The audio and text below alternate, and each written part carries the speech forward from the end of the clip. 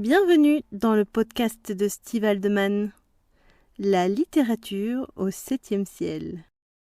Bonjour à toutes et à tous, j'espère que vous allez bien. Aujourd'hui, je vais vous parler des Chroniques de Gore, une saga de John Norman entamée en 1966, où se mêlent philosophie, érotisme et science-fiction.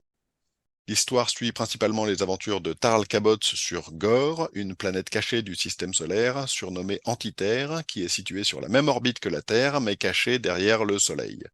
Gore est un lieu où se déroulent divers conflits, notamment en rapport avec des espèces aliens, les prêtres rois insectoïdes et les prédateurs couris aux énormes pinces. Une des raisons pour laquelle le livre est connu, c'est parce qu'il décrit une société très machiste où les femmes sont pour la plupart des esclaves. Et de ce fait, il a eu un impact sur certains membres de la communauté BDSM qui peuvent se nommer eux-mêmes goréens. Alors je précise tout de suite que je n'ai pas lu cette saga et que pour en parler, j'ai deux invités, Eric et Opal. Donc, est-ce que vous pouvez vous présenter? Bonjour à tous, donc moi c'est Eric, j'ai 57 ans. J'ai découvert Gore à travers l'Heroic Fantasy depuis une vingtaine d'années, et c'est devenu un peu ma philosophie vis-à-vis de ma compagne, Opal. Bonjour, moi c'est Opal. J'ai découvert ce monde il y a 2 ans, vers mes 29 ans. Et ça fait 2 ans que je vis avec mon mec.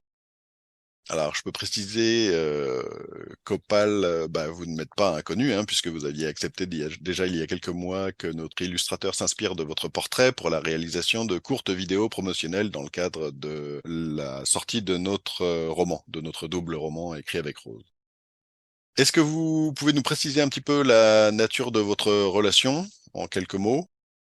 En quelques mots, nous sommes un couple goréen, c'est-à-dire que Opal est ma Kajira et je suis le maître d'Opal. Ça fait 2 ans que nous vivons H24 ensemble, nous vivons parfaitement normalement, D'accord. avec la notion de gore derrière.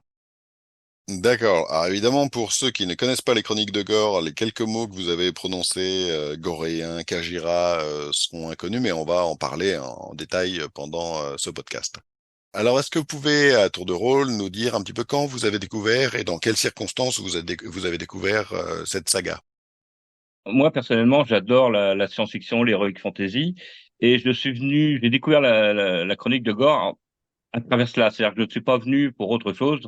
C'était vraiment pour de l'heroic fantasy, de la science-fiction.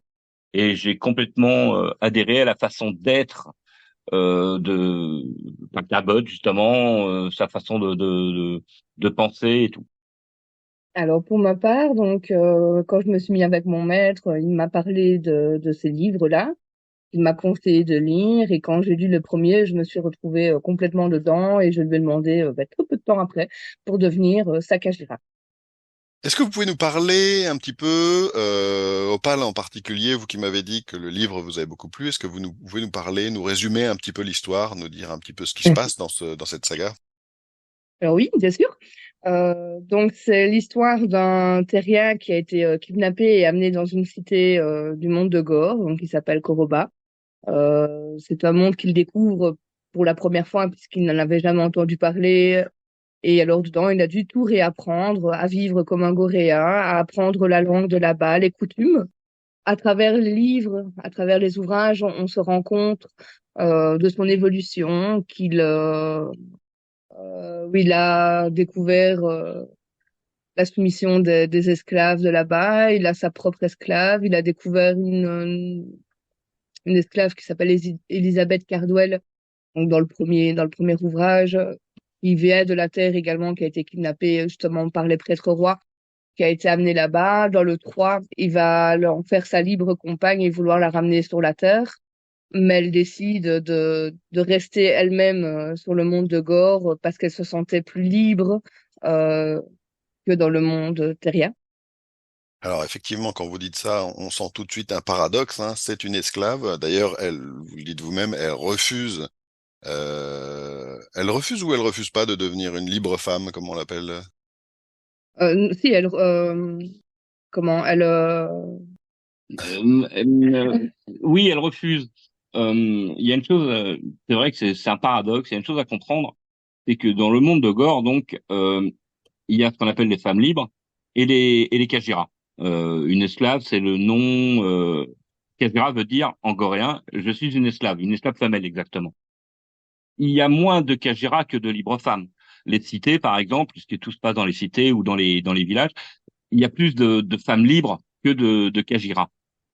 Euh, on peut retrouver un parallèle avec un peu le 18, le 17, le 17e et le 18e siècle dans les îles en France, Guadeloupe, Martinique et tout ça. C'est une relation très particulière qui est entre le maître et l'esclave. Au fil des livres, on voit qu'une chose, c'est que les maîtres tiennent énormément à leurs esclaves. On va aborder le rôle de Oui, plus tard. oui, un peu plus tard dans le podcast, on va aborder le rôle Mhm. de la femme, un petit peu la condition de la femme dans la société coréenne un peu plus tard, avec notamment effectivement la notion de Kajira. J'apprends quand même quelque chose, c'est que je pensais que l'essentiel des femmes dans les livres étaient des esclaves, mais a priori vous me dites que c'est pas le cas. La majorité des Non, femmes, c'est pas du tout le cas, puisque d'accord. dans les livres, il y a même des femmes qui sont à la tête de cités. Il y a ce qu'on appelle des ubars, qui sont les entre guillemets les chefs les chefs d'une cité, les rois d'une cité, et il y a des femmes qui sont ubars elles-mêmes. La femme libre est il y en a beaucoup plus que des simples Kajira. Et Kajira regroupe tout un ensemble en réalité, hein. Il ne faut pas voir des Kajira, vous avez de plusieurs sortes. À ce que j'ai compris, Tarl Cabot au début, il arrive sur Gore, contraint en fait, hein, il a été enlevé, c'est ça? Oui. Et puis finalement, il se fait à ce monde. Il se fait à ce monde, pourquoi? Parce qu'il se retrouve lui-même sur Terre. C'est un humain entre guillemets classique, normal, comme tous les autres, comme Il n'a pas une vie qui trépidante, c'est ça?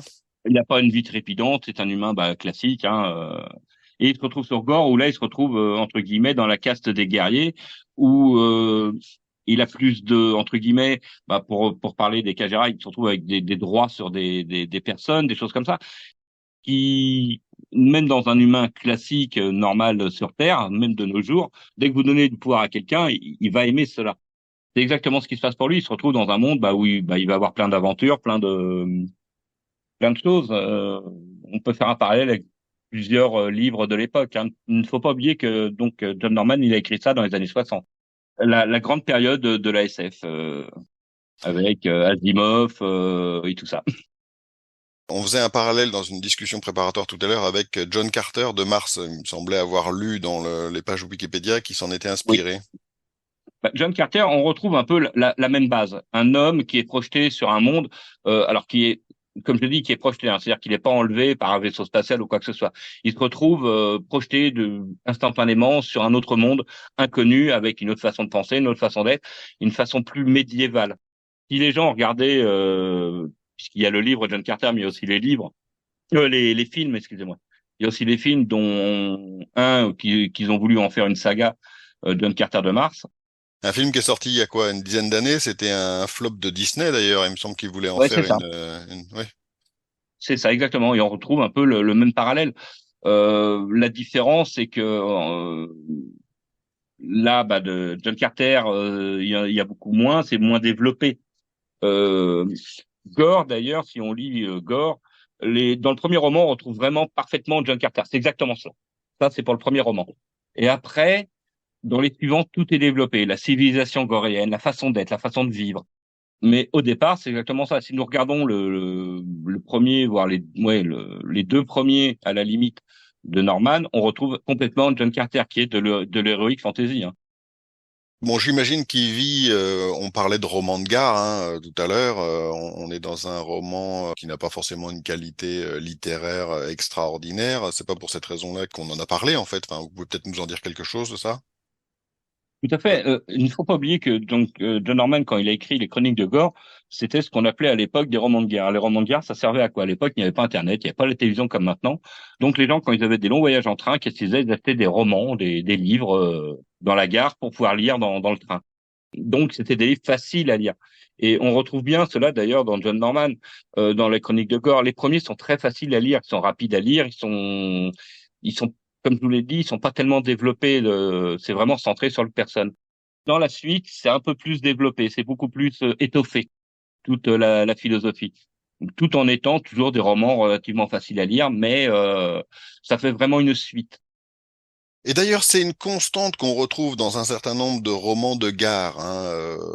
Moi, quand j'étais plus jeune, dans les gares, on trouvait beaucoup de romans type SAS, dans lesquels il y avait très souvent une part d'érotisme débridé. Bah, dans les SAS, oui, à l'époque, dans les romans de gare, même en France, on trouve bien sûr, il y avait les SAS, il y avait dans tous les romans comme ça policiers à l'époque, on retrouvait beaucoup de d'érotisme débridé, oui, Mm. totalement, y compris dans 007 James Bond. Si on regarde bien, Oui, on retrouve aussi de l'érotisme, hein. oui, oui, clairement. A- Avec d'ailleurs une place de la femme qui est critiquable aussi, au regard de notre Nous- société, mais d'aujourd'hui, tout à 2020. fait. Si nous regardons cela, il faut vraiment remettre la chose dans son contexte. Donc John Norman a écrit ça dans les années donc 60, 66, comme vous l'avez dit, le premier. Euh, Dans les années 60, comme en France, une femme n'avait pas le droit de posséder son propre compte bancaire d'elle-même. Il fallait qu'elle passe par l'autorisation de son père ou de son mari. Euh, et ça date pas de si vieux que ça, 1960. La libération de la femme en réalité est très tardive, années 60, dans les années 70. Il me semble que c'est 1975, l'autorisation d'ouvrir un compte bancaire. À peu près, ouais, ça doit être dans ces eaux-là, oui. Mm. Et les gens l'oublient. Maintenant, c'est sorti du. Voilà, maintenant, c'est devenu normal qu'une femme ait son. Ce qui est normal, hein, attention. Hein. C'est parfaitement normal. Hein. Je suis goréen, mais je trouve ça parfaitement normal. Je suis pour l'égalité des sexes, étrangement. Ce qui peut effectivement peut paraître étrange. On va aborder un peu maintenant la condition de la femme dans la société goréenne, hein, dans les romans de John Norman, hein, et en particulier on les appelle, les esclaves sont appelés Kajira. Et je voudrais rappeler quelque chose que j'ai lu, hein, en préparant ce podcast. John Norman s'est très probablement inspiré du roman Histoire d'eau qui est sorti en 1954 et qui a eu un grand succès, même outre-Atlantique. Il paraît qu'on retrouve beaucoup de similitudes, entre la condition de la femme décrite dans les Chroniques de Gore et Histoire d'eau. Personnellement, j'ai lu les deux. Hein. On retrouve certaines choses, mais en réalité, pas tant que cela. On va retrouver le marquage au fer rouge, on va retrouver certaines choses, mais il y a une chose à pas oublier. Par exemple, je parlais du marquage au fer rouge. Faut pas oublier qu'au XVIIe, XVIe siècle, c'était déjà la façon, et même l'époque de Louis XIV, c'était la façon dont on marquait les personnes. Une femme qui faisait un adultère au 17, sous Louis XIV, elle se retrouvait avec la fleur, ou qui faisait une trahison, se retrouvait avec la fleur de lys sur l'épaule, marquée au fer rouge. Donc, on retrouve des choses qui, entre guillemets, paraissaient presque normales Pour l'époque. pour l'époque. Donc, on va retrouver certaines choses à ce niveau-là. Est-ce que cela veut dire qu'il s'est vraiment inspiré? Il n'y a que lui qui pourrait vraiment répondre de ça. Moi, à part l'histoire du marquage de fer rouge, est-ce que je retrouve beaucoup de points communs entre Histoire d'eau et Norman? Pas vraiment. Si, D'accord. peut-être dans une autre chose. Une autre chose, c'est le lien qui unit justement chez John Norman, la Kajira, et dans Histoire d'eau, l'esclave, qui la lie à son maître, à son propriétaire. C'est un lien de subordination, mais consenti. Alors Parce qu'il ne précisément, faut ce pas qui oublier est... une chose. Ouais. Je voudrais juste préciser une chose, c'est que même chez John Norman, les femmes consentent à devenir des Kajira. Parce que c'est dans leur société. Elles consentent à. Alors c'est précisément ce que je voulais qu'on aborde maintenant, préciser un petit peu qu'est-ce qu'une Kajira, en quoi leur rôle s'apparente à de l'esclavage, enfin, est-ce que vous pouvez nous en parler, hein? Bien sûr. Euh, dans John Norman, donc, nous retrouvons les femmes libres, qui sont les femmes, entre guillemets, normales, des épouses. Elles peuvent même être donc responsables d'une cité. Et les Kajira. Les Kajira englobent elles-mêmes plusieurs catégories. Nous avons ce qu'on appelle les Kajira de plaisir, ce qu'on appelle aussi les Kajira Tower, puisque la façon de vivre goréenne, c'est qu'ils vivent dans des tours. Et ce qu'on appelle une Kajira Tower, c'est une femme qui va s'occuper du ménage, de l'entretien de la tour et tout ça. On retrouve des Kajira de taverne qui, elles, font le service dans les tavernes. Il y a vraiment énormément de catégories de Kajira. Il y a le côté épouse, qui est entre guillemets laissé aux libres femmes, et le côté, entre guillemets, tout ce qui est entretien, tout ce qui pourrait rabaisser la femme, qui est laissé au Kajira. Et vous avez donc la Kajira que les gens retiennent le plus en lisant John Norman, qui est la Kajira de plaisir, qui est là la partie un peu plus érotique de l'histoire, mais il ne faut pas oublier qu'il n'y a pas que des Kajira du tout érotiques chez John Norman. Pour retrouver cela, par exemple, il existe donc des postures, et il existe des postures donc de la Kajira de plaisir qui est une posture ouverte, qu'on appelle le Nadu, et la Kajira Tower a la même posture, mais inversée, entre guillemets, où là, c'est plutôt fermé parce qu'il n'y a pas de relation sexuelle. Alors quand vous parlez ouverte, hein, là on parle de positions qui s'apparentent un peu à des positions de soumission en fait, c'est ça? Mais totalement, Voilà, et quand vous totalement. parlez de position ouverte, pour être un peu plus précis, que les auditeurs comprennent, il s'agit de la position des cuisses ouverte ou pas. Des cuisses et des mains. Le Nadu, pour une Kajira de plaisir, les paumes de main sont vers le haut, en signe d'ouverture. En D'accord. signe, voilà, je suis ouvert pour vous. Si on regarde bien, d'ailleurs, regardez la plupart des tableaux de l'époque, où quand les gens priaient Dieu, ils ont la paume vers Dieu. Et pour une Kajira, son maître est un peu son Dieu. Tout à fait. D'accord, j'avais du mal à voir le parallèle, mais ça y est, je viens de comprendre. Et là, on retrouve la même chose donc dans la Kajira de plaisir, qui a la paume ouverte, et les Kajira Tower, par exemple, qui ont les paumes vers les cuisses, donc, entre guillemets, signe de fermeture. Je suis une Kajira, mais je ne suis pas là pour le sexe, principalement. Parce que c'est elle qui le choisit ou parce que c'est le Non, rôle qu'on lui a attribué dans l'œuvre, c'est hein? c'est le D'accord. rôle qui est attribué. Et étrangement, d'ailleurs, dans le monde coréen, la Kajira de plaisir, c'est peut-être le summum. C'est-à-dire que toutes aspirent à devenir une Kajira de plaisir, à travers le lien qui les unissent à leur maître, à leur façon d'être, leur liberté, entre guillemets. Elles peuvent, étrangement, elles sont très libres en tant qu'esclaves. Elles peuvent se permettre, par exemple, à répondre à un homme libre. Si son maître, tant que son maître ne lui dit pas non, ne lui donne pas la consigne, elle va pouvoir se permettre d'envoyer paître un homme libre, D'accord. chose qu'une femme libre ne ferait pas. On sent une description dans l'œuvre d'une certaine, on sent dans l'œuvre, oui, la description d'une certaine fierté d'esclave. Comme on peut Totalement. retrouver d'ailleurs dans le monde BDSM une certaine fierté, des soumises. Mais c'est exactement cela. C'est-à-dire que d'ailleurs, les Coréens aiment que les Kagera aient du caractère. Ils ne veulent pas d'une Kagera, entre guillemets, bête et méchante qui ne fait qu'obéir. Ça les intéresse pas. C'est ce qui les attire, Voilà. justement, c'est leur caractère. Le fait de pouvoir essayer de les dominer ou de les dompter plus facilement. Ils D'accord. essayent un peu oui, de casser leur caractère en les soumettant, mais ce que les Kajira, elles aiment aussi, c'est de pouvoir séduire les hommes. Elles aiment jouer de leur corps et on reprend souvent, et on en entend souvent parler aussi, ce sont les danses goréennes, que justement les Kajira apprennent et à travers ces danses-là, elles peuvent exprimer toutes leurs émotions. Donc leur colère, leur rage, elles peuvent aller provoquer justement certains, les maîtres, les hommes qui sont là, leur dire ah bah vous mourrez mais vous ne mourrez pas. Euh, et c'est de ce plaisir-là qu'elles en jouent vraiment. On les retrouve souvent dans les ouvrages Les Esclaves de Gore, donc qui est le 7e livre, où là qui a été écrit par une esclave, donc une terrienne, pareil, qui a été amenée sur la terre, qui a été amenée sur Ouais, Gore, oui. quand vous dites qu'elle a été écrite, c'est-à-dire la narration est faite du point de vue de cette femme, c'est ça? Voilà, où c'est une dame qui est riche, qui est belle, qui déteste les hommes, qui déteste même la population en elle-même, donc sur Terre. Et elle a été amenée dans un seul but, donc par les prêtres rois, c'était pour tuer Tal Kabo, qui dans cet ouvrage-là se faisait appeler Bostre de Porcar. Et du coup, on la voit vraiment toute sa transition. Elle se croit supérieure surtout, qu'elle est la plus belle de toutes, que les autres sont stupides, qu'elles ne valent rien, de toute façon qu'elles ce sont des esclaves et qu'elles pas.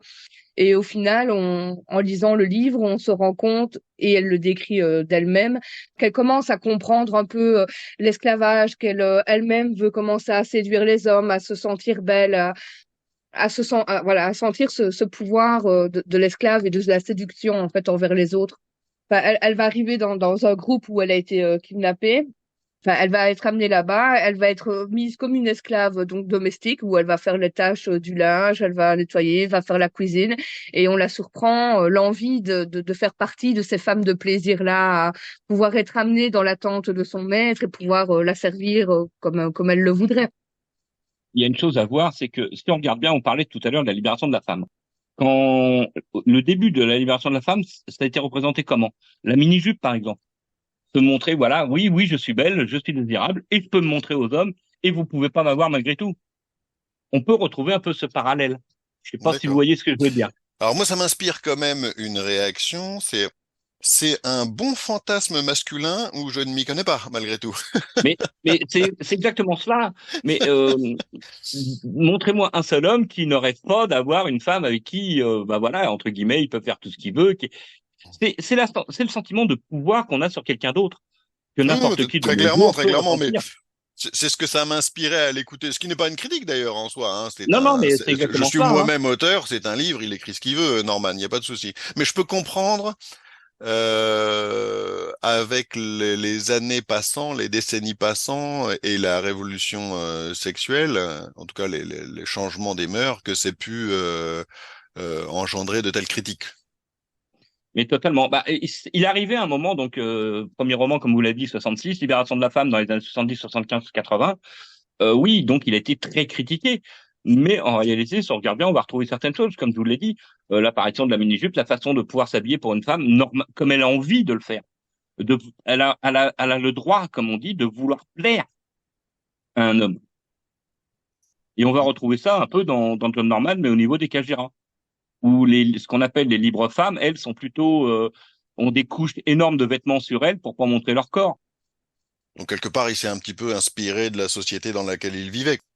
Dans un sens, on retrouve un peu cette évolution, oui, dedans. Alors le gore, il faut le lire. Si on le lit bêtement, on va pas le deviner tout ça. Après, faut rentrer un peu plus profondément dans l'histoire, dans les liens, dans la façon d'être et le reporter à son époque. Vous parliez de John Carter. John Carter, c'est pareil. Si on lit bien John Carter, le rôle de la femme n'est pas fantastique, hein. Alors, On retrouve ça dans je l'ai beaucoup pas de romans. lu.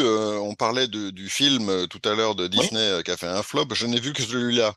Et puis j'ai compris le flop d'ailleurs parce que moi qui aime la oui. science-fiction, bon, à un moment on le voit faire des bonds de 10 mètres, on y croit encore, mais quand il fait des bonds d'1 kilomètre, moi j'avoue j'ai lâché. Ça m'a Alors, je vous complètement. rassure, dans Gore, on ne retrouve pas ça, hein. Dans Gore, il n'est pas plus puissant que les autres, hein. Il est plus D'accord. puissant par son entraînement, entre guillemets, D'accord, oui, mais mais enfin, il n'a pas de super pouvoir. ça reste, on va dire, un minimum crédible. Il n'a pas voilà, c'est pas un super-héros, quoi. D'accord. Non, pas du tout. D'ailleurs, dans John Norman, c'est vraiment la description d'une autre façon, d'une autre civilisation. Un peu comme si quelqu'un, moi, il y a 100 ou 200 ans, arrivait dans une tribu amazonienne ou voilà. Alors, ce que j'aimerais qu'on aborde maintenant, c'est un peu l'influence que ce livre a eu sur les pratiquants ou un certain nombre de communautés de pratiquants BDSM. Dans les discussions préparatoires qu'on a eues, on parlait notamment d'un certain nombre de manifestations de cet impact, notamment sur un réseau social, enfin un jeu qui avait une forme de réseau social qui n'est plus très connu aujourd'hui, mais qui était connu il y a quelques années, qui s'appelait Second Life. Qu'est-ce que vous pouvez nous en dire? C'est toujours pareil. Dans les jeux, on a envie d'être supérieur aux autres. Donc, dans Second Life, on retrouve exactement ça, hein. Il y a une communauté goréenne qui est là, qui existe dans Second Life, mais qui est vraiment au niveau du jeu où l'homme est supérieur à la femme. On va retrouver certaines choses des romans, mais sans la partie érotique pure et dure. Alors, excusez-moi, je vous interromps. Moi je suis allé sur Second Life quelques jours, et effectivement j'ai été visiter certaines alors je sais même plus trop comment ça s'appelle parce que j'ai vraiment pas très bien connu ce jeu, qui n'était pas vraiment un jeu d'ailleurs, hein, qui s'apparençait plus à une forme de monde Un team en amélioré. oui, voilà, c'était un peu ça, c'était un peu un monde en 3D où on construisait un petit peu ce qu'on voulait. Il n'y avait pas vraiment de scénario, c'était pas un jeu, hein.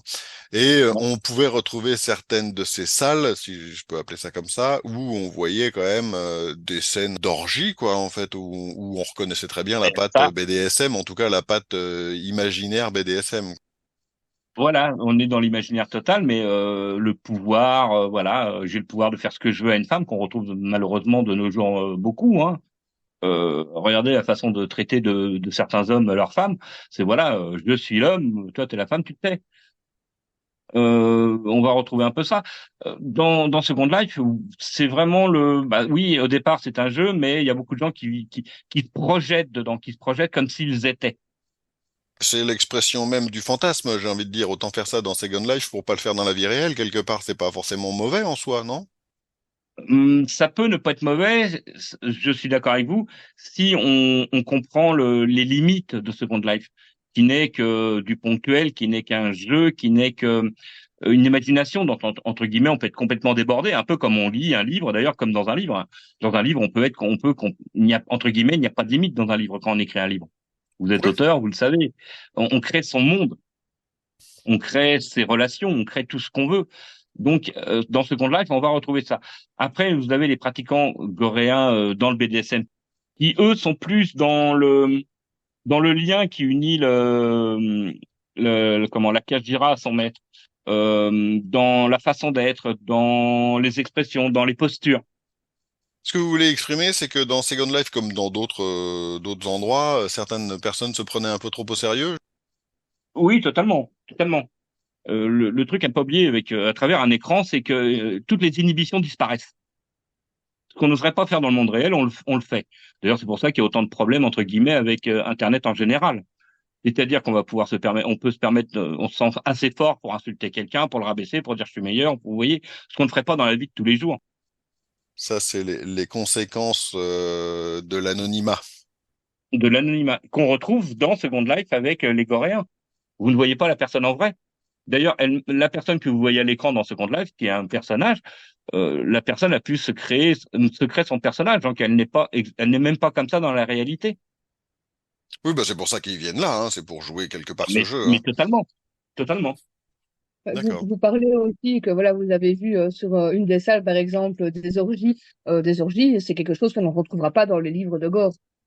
Parce qu'il y a quand même le respect, même si ça reste une esclave, il y a quand même le respect derrière. Donc le maître qui voudra avoir du plaisir avec son esclave ne sera qu'avec une en chambre fermée ou en salle fermée, mais ce sera pas avec plusieurs d'un coup comme ça. Dans les livres de John Norman, d'ailleurs, ce qui est plus décrit, plutôt que des scènes érotiques, euh, c'est plutôt la façon de penser à ce moment-là. C'est le lien qui va unir les deux. Comme Opal disait, c'est dans une salle fermée. Il y a ce qu'on appelle il y a la bougie qui, quand un maître veut être avec sa Kajira, il met une bougie sur la fenêtre pour dire, venez pas me déranger, je suis avec elle. Nous sommes occupés.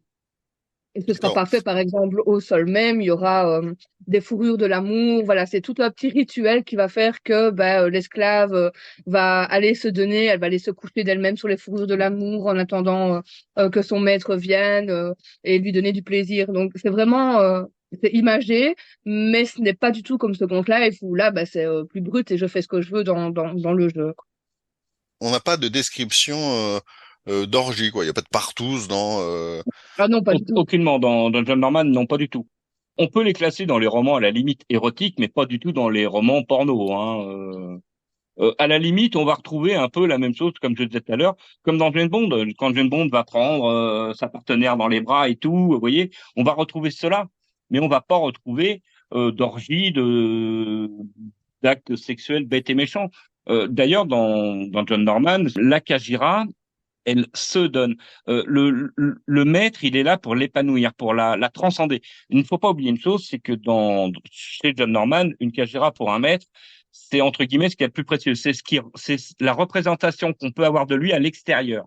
Donc plus il va avoir une Kajira belle, bien tenue, en bon état, entre guillemets en bon état, c'est-à-dire sans traces et tout ça, qui va être épanoui, plus sa notoriété sera grande. Ils vont l'amener, par exemple, chez le médecin. Il y a des médecins aussi, donc sur Gore. Ils vont l'amener chez le médecin pour voir qu'elle n'ait aucun. Si elle a été égratignée, si elle a une blessure, ils vont la soigner, ils vont mettre du baume, ils vont, voilà, vraiment en prendre soin sur tous les aspects.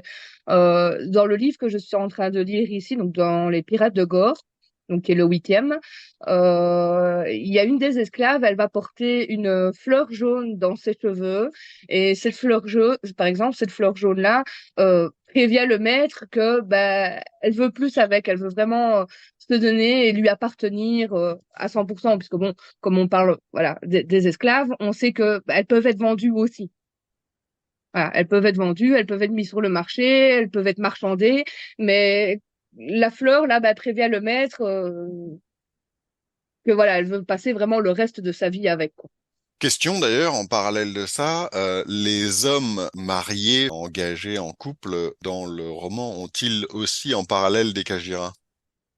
Alors, De il plaisir, peut je veux dire, hein, de plaisir. De plaisir, on peut le retrouver, mais c'est excessivement rare. Excessivement rare. Une chose à ne pas oublier non plus chez Gore, même si on le voit pas tellement apparaître, mais on en entend parler, il existe deux autres catégories d'esclaves qu'on appelle, par exemple, les cagirus, qui sont pour les hommes. Il existe des hommes esclaves. Ça, c'est une chose à ne pas oublier. C'est-à-dire que oui, bah, il parle beaucoup plus des femmes, mais il faut pas oublier une chose, c'est qu'à l'époque, donc comme je l'ai dit, c'était des romans de gare qui étaient surtout dans les trains, tout seuls, c'était des hommes d'affaires ou des représentants. Donc c'était plus écrit pour les hommes, mais on retrouve des cagirus, donc des hommes esclaves. On va retrouver aussi, vous aviez parlé des prêtres rois. Les prêtres rois ont eux-mêmes leur propre catégorie d'esclaves qu'on appelle des mules, qui eux sont vraiment esclaves dans le sens où on l'entend, c'est-à-dire qu'ils ne sont pas du tout exploités sexuellement, ils sont juste là, entre guillemets, comme force servile, exactement comme le XVIIe et XVIIIe siècle, les Noirs qui ont été envoyés dans les îles. C'est là pour couper la canne à sucre. Est-ce qu'on pourrait parler du lien qui unit, par exemple, parlez-moi, qui unit un maître goréen à sa Kajira et entre guillemets le fantasme de la Kajira sur beaucoup de gens dans le milieu du BDSM, Allez-y autant que vous voulez. bien sûr. Si on lit Gore vraiment, on va voir qu'il y a deux façons de le lire. Il y a la façon classique, bête et méchante, qu'on peut utiliser, où là on peut se dire oui, c'est une esclave tout simplement. Et il y a la façon, on peut voir un peu plus loin, la chose qui unit le maître et l'esclave. On retrouve d'ailleurs beaucoup dans Gore le maître qui est amoureux de son esclave. Le rôle de son maître, c'est vraiment d'épanouir l'esclave. C'est pas de l'utiliser bêtement. Oui, entre guillemets, il va la plier à sa volonté, mais en la pliant à sa volonté, il va lui montrer qu'il tient à elle. On en revient toujours au parallèle des années 60, hein, c'est exactement cela. Hein. Euh, et la Kajira, elle va entre guillemets jouer avec son maître. Elle va quand elle aura envie, elle a le droit de faire des petits gestes, des mots. C'est pas un objet qu'on pose dans un coin. En fait, elle a une personnalité et elle a le droit de l'exprimer. Mais totalement. D'ailleurs, un Coréen n'aime pour eux, lui, une Kajira doit avoir du caractère. Et il doit pouvoir, entre guillemets, dans un sens, la mettre à sa main. Mais il n'acceptera jamais une Kajira qui n'a pas de caractère. Pour lui, ce n'est pas un objet, c'est pas comme une chaise ou une table. Il faut qu'elle ait une Kajira de plaisir, hein, je parle bien. Il faut qu'elle ait du caractère. Elle le représente. Elle est lui dans un sens. C'est un prolongement de lui-même. Elles ont un peu d'insolence aussi, des fois. Ça rejoint un petit peu ce qu'on appelle les soumises brattes, c'est ça? Non, pas vraiment. Non, la brate, c'est encore autre chose. C'est-à-dire qu'on va accepter du caractère d'une Kajira, mais dans une certaine limite. Quand le maître dira quelque chose, ça sera fait. Une brate va pousser le maître à. Une Kajira va éviter de trop le faire parce elle sait que derrière, il y a des conséquences aux actes. Alors, quelles sont les conséquences précisément dans l'œuvre? Alors, dans l'œuvre, je vais laisser Opal en parler. Je dis entre autres, c'est le fouet. Donc être attaché légèrement suspendu dans le vide pour ne pas pouvoir bouger et être fouetté jusqu'à ce que le maître décide que la punition s'arrête. C'est des choses qu'elles ont extrêmement peur, donc elles ne veulent pas être punies, elles ne veulent pas décevoir.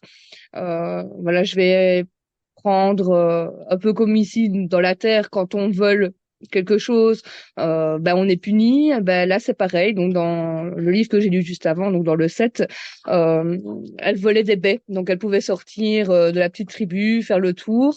Elle pouvait cueillir des baies, donc elle était attachée à une autre esclave. Et alors elle a volé dans le panier de sa compère des baies que les gardiens l'ont vue.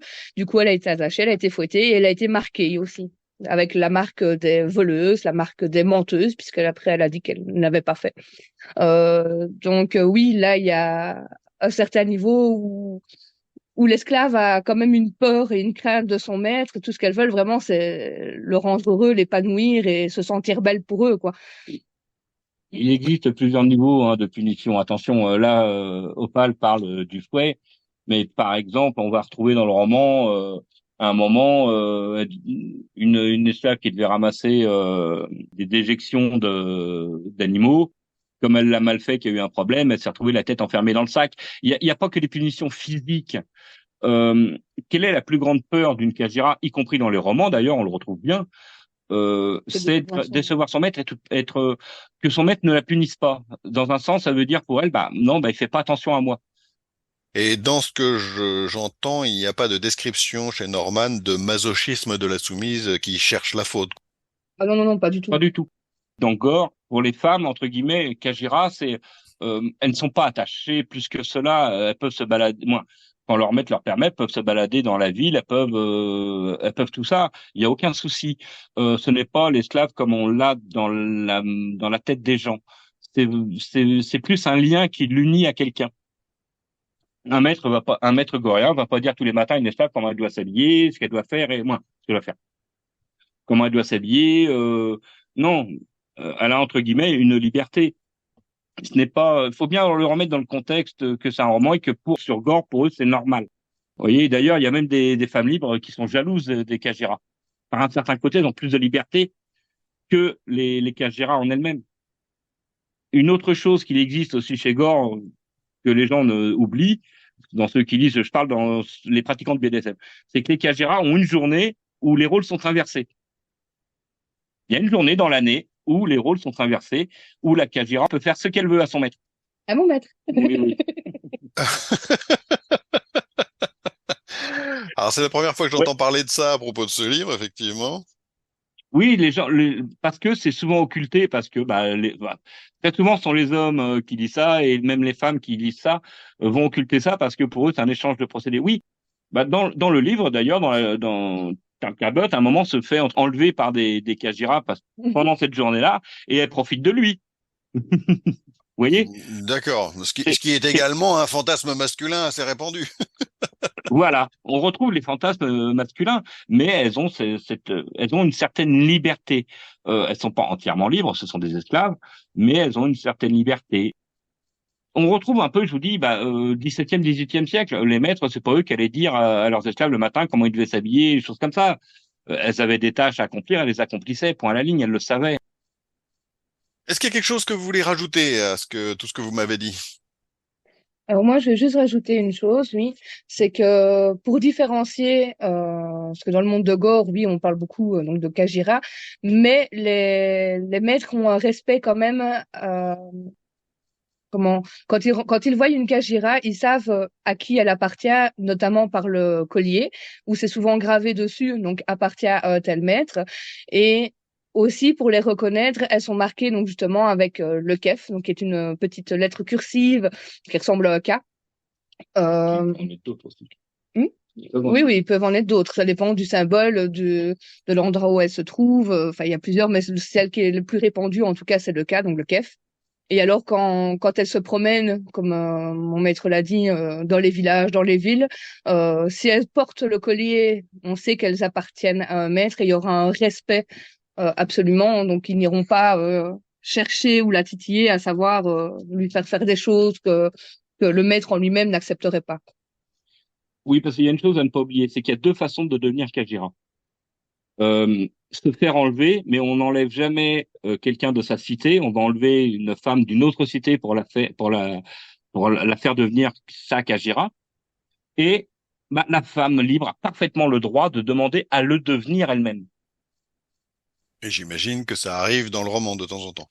Ça arrive dans le roman où la Kajira. D'ailleurs, dès le premier roman, ça arrive où la femme, parce qu'il se retrouve complètement paumée en pleine entre guillemets cambrousse dans la forêt et tout. Comme elle sait qu'elle pourra pas s'en tirer toute seule, elle va demander à devenir Kajira, parce qu'une fois qu'elle va devenir Kajira, quel est le rôle du maître? C'est de la protéger. Donc, il va devoir tout faire. Une fois qu'elle va devenir sa Kajira, il va devoir tout faire pour qu'elle s'en sorte. Ce qui est là aussi un bon Paradoxal. fantasme masculin dans le sens où n'importe quel gentleman n'aurait pas besoin de ça pour faire son maximum, j'ai envie de dire. Oui, mais Mais les femmes qui veulent devenir libres, entre guillemets, il y en a certaines qui vont pas accepter. Non, je suis capable de me débrouiller toute seule. Là, elle sait que elle, puisqu'elle vient d'une cité, c'était une femme riche, elle sait qu'elle pourra pas s'en tirer toute seule. Donc, elle lui demande de devenir sa Kajira, tout en sachant qu'une fois qu'elle va l'être, elle va avoir des responsabilités elle aussi. Une Kajira a des devoirs envers son maître, mais son maître a aussi des devoirs envers elle. Il n'y a aucune mise à mort d'une esclave dans Gore. Aucune. Si on lit bien, on retrouve plus une histoire de fierté de la Kajira que autre chose. Alors du coup, moi, je vais vous reprendre sur une chose parce que je vous entends parler de la fierté masculine, de l'envie masculine, Oui. mais au niveau de la femme aussi, puisque dans les livres, on retrouve souvent qu'elles veulent appartenir à un beau, grand guerrier, fort. Donc, ça ne va pas que forcément dans un sens, et dans l'autre sens aussi. On voit qu'elles veulent plaire à certaines personnes, à certains types de guerriers, à certains types de marchands. Elles vont tout faire justement par exemple, pour se faire acheter par ceux qu'elles voudraient. Donc, elles vont se mettre en valeur exprès juste pour pouvoir attirer l'œil de quelqu'un. Donc, ce n'est pas que masculin, c'est aussi beaucoup féminin, en tout cas de mon point de vue. Je l'entends et j'espère que ce sera entendu aussi, d'autant que, bah, comme je l'ai déjà dit, je n'ai pas lu le livre, donc je pourrais difficilement me faire un avis, mais au regard de ce que vous me dites, c'est vrai que de temps en temps, ça me fait sourire. Bon, en même temps, on retrouve le roman de Gare, hein, c'était clairement un peu l'objectif. Mais totalement. C'est vraiment de l'heroic fantasy. On va retrouver des bestioles, on va retrouver tout un univers. Mais oui, c'est un roman de gare et oui, on retrouve entre guillemets la femme esclave. Mais il n'y a pas qu'elle, hein, voilà. On parlait de fierté. Euh, Opal et donc Makajira maintenant depuis 2 ans, on vit ensemble, H24, tous les deux. Mais on va retrouver ça aussi dans la façon d'être d'Opal. Opal va aimer vouloir me plaire. C'est pas moi qui lui impose, c'est d'elle-même, elle va vouloir elle va avoir ce besoin de plaire, de me plaire. Elle va avoir besoin de me représenter. Elle va avoir besoin de me montrer du respect. C'est pas moi qui, entre guillemets, qui lui impose cela. C'est aussi un besoin qui vient d'elle. Et ce partout, pas forcément qu'à la maison, hein. Donc, c'est vraiment dehors, même au travail, que ce soit n'importe où, c'est... Voilà. Mais il ne faut pas se dire que parce qu'elle me montre du respect, qu'elle se rabaisse devant moi. Ça n'a rien à voir. Non, pas du tout. C'est votre style de vie. C'est notre style de vie. Euh, Ça veut pas dire que bah, Opal va se mettre à genoux devant moi à tout moment. Que non, c'est vraiment la façon d'être qui compte. Quelqu'un de l'extérieur va pas s'en rendre compte. Opal pour tout le monde, bah, c'est ma femme, c'est ma compagne, c'est ma moitié. Mais dans notre façon de vivre, c'est aussi ma moitié. Même si je suis son maître, c'est ma moitié. Moi, mon but, c'est de l'épanouir, de la rendre heureuse. C'est pas de la rabaisser, de l'humilier bêtement. En tout cas, on sent que vous avez trouvé dans ce livre une résonance à la façon dont vous voulez mener votre vie, en fait, hein, à votre style de vie. Tout à fait. Totalement. Moi, je suis fière d'être Sakajira. Et moi, je suis fier qu'elle le soit. C'est tout bête. J'allais pas dire c'est tout bête, vous êtes mignons tous les deux. Merci. Est-ce que vous vouliez ajouter autre chose? Pour les gens qui aiment le Rick Fantasy, je leur conseille Gore, mais il faut pas s'arrêter à la Kajira, à l'esclavage et tout. Faut vraiment le lire complètement. C'est vraiment de l'Heroic Fantasy entre guillemets à l'ancienne, hein, dans les années 60. Hein, c'est pas la même façon d'écrire que maintenant. Mais voilà, c'est les gens qui aiment ça. Allez-y, hein, allez-y. Hein. Ce sont des livres qui sont faciles à lire, mais il faut pas s'arrêter au BDSM. Mais c'est pas parce qu'on se lit Gore qu'on doit s'intéresser à cela. Il faut Non. se projeter à travers les personnages. Bon, c'est une histoire, il faut pas le prendre au pied de la lettre, en fait. C'est ça que vous me dites. Mais il y a des choses qui sont impossibles à réaliser sur la Terre même. Une Kajira est souvent dans son plus simple appareil ou avec juste un camisque, donc qui est un bout de tissu juste pour cacher certaines parties. Je me vois mal, malheureusement, je me vois mal me promener comme cela dehors. Ouais, c'est-à-dire qu'il fait un peu frais en ce moment, hein. Oui, surtout. Mais voilà, ce que je veux dire, c'est qu'il y a des choses qui sont littéralement impossibles à reproduire sur la Terre en elle-même. Le marquage au fer, oui, il y a certaines personnes qui le font, mais par exemple, je sais qu'il y a certains vices, ces vices, pardon, qui ne peuvent pas être effectués dans certaines villes en France. J'ai lu ça il y a pas si longtemps. Donc voilà, il y a une limite aussi qu'on ne peut pas malheureusement reproduire sur la Terre, malheureusement pour moi. Mais, mais voilà, donc oui, il faut quand même bien remettre ça dans son contexte, qu'on a quand même des lois, qu'on a quand même un mode de vie à vivre. Je me vois mal arriver au travail, donc je suis aide cuisine, je me vois mal arriver au travail nue en disant bah oui voilà je fais la plonge aujourd'hui ou je vais couper des légumes quoi. Vous voyez ce que je veux dire? Donc Hmm. voilà, oui, il y a Et puis, oui, je vous dis, c'est vraiment des romans, moi je les conseille à lire, même par des gens qui aiment l'heroic fantasy tout court. Hein, Faut pas voir le côté BDSM dans le roman. C'est entre guillemets, c'est annexe, c'est un développement. Hein. Il n'a pas écrit ça pour être BDSM ou pour parler d'esclavage. Quand il a écrit, il a vu que les gens évoluaient là-dedans. Bon, bah, il a développé, mais ce n'est pas écrit pour cela. À l'origine, c'est pas du tout un roman érotique. Hein. C'est pas du tout, ce sont pas des romans pour rabaisser entre guillemets la femme. C'est un monde qu'il développe peu à peu dans ses livres. Tout simplement, un livre d'heroic fantasy. On va retrouver des êtres fantastiques. On va retrouver, bah, vous avez parlé des prêtres rois. On va retrouver des animaux exotiques. On va retrouver une façon d'être exotique. Mais voilà, c'est vraiment un truc pour se projeter dedans. Ce sont des romans de gare à l'origine. Ce n'est pas du tout ni érotique ni porno. Voilà. Après, ça a été développé par une certaine catégorie dans le BDSM qu'on appelle les goréens, oui. Mais voilà, et contrairement à ce que beaucoup pensent, une Kajira, ce n'est pas quelqu'un qui va dire oui à tout. Donc ce podcast touche maintenant à sa fin. Je vous remercie tous les deux d'y avoir participé. Je n'aurais pas pu le réaliser sans vous, tout bonnement. Nous vous remercions voilà de nous avoir permis de parler de ça. Là. Avec grand plaisir. C'était un plaisir partagé. Vous pouvez découvrir les liens en description pour approfondir les sujets dont j'ai parlé. Si vous avez écouté cet épisode en podcast, je vous invite à vous rendre sur mon site stivaldeman.com pour y trouver les liens en question, d'autres articles, ainsi que les romans que Rose et moi avons écrits et ceux qui seront bientôt publiés. Je vous souhaite une excellente journée et à bientôt dans un prochain épisode.